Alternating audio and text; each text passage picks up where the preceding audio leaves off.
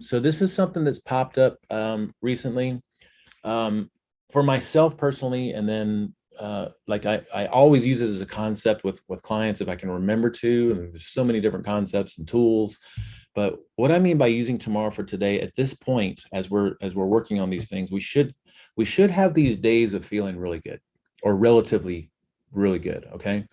And for me, it's those days that I feel really good that I connect with my activities from the previous day.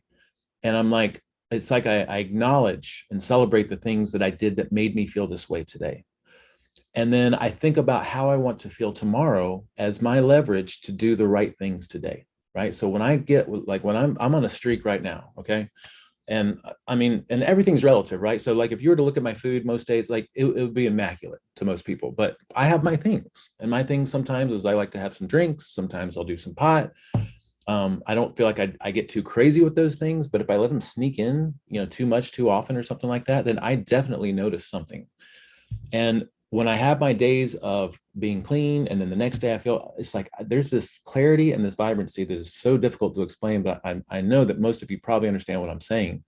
You feel so good. And if you don't, maybe start paying attention those days, you feel really good. Just pause for a moment and just feel the body, connect with what's happening, and acknowledge like what it is that you're doing that's getting you there, and the things that you do that take that away from you. And that's what I call using tomorrow for today. I'm thinking I want to wake up tomorrow feeling just like I do right now. I want to wake up tomorrow feeling, or maybe you feel bad today and you don't want to feel this way tomorrow. Using the way that you want to feel tomorrow as leverage to do the right thing today, I think is a super, super, super useful tool. It works for me a lot.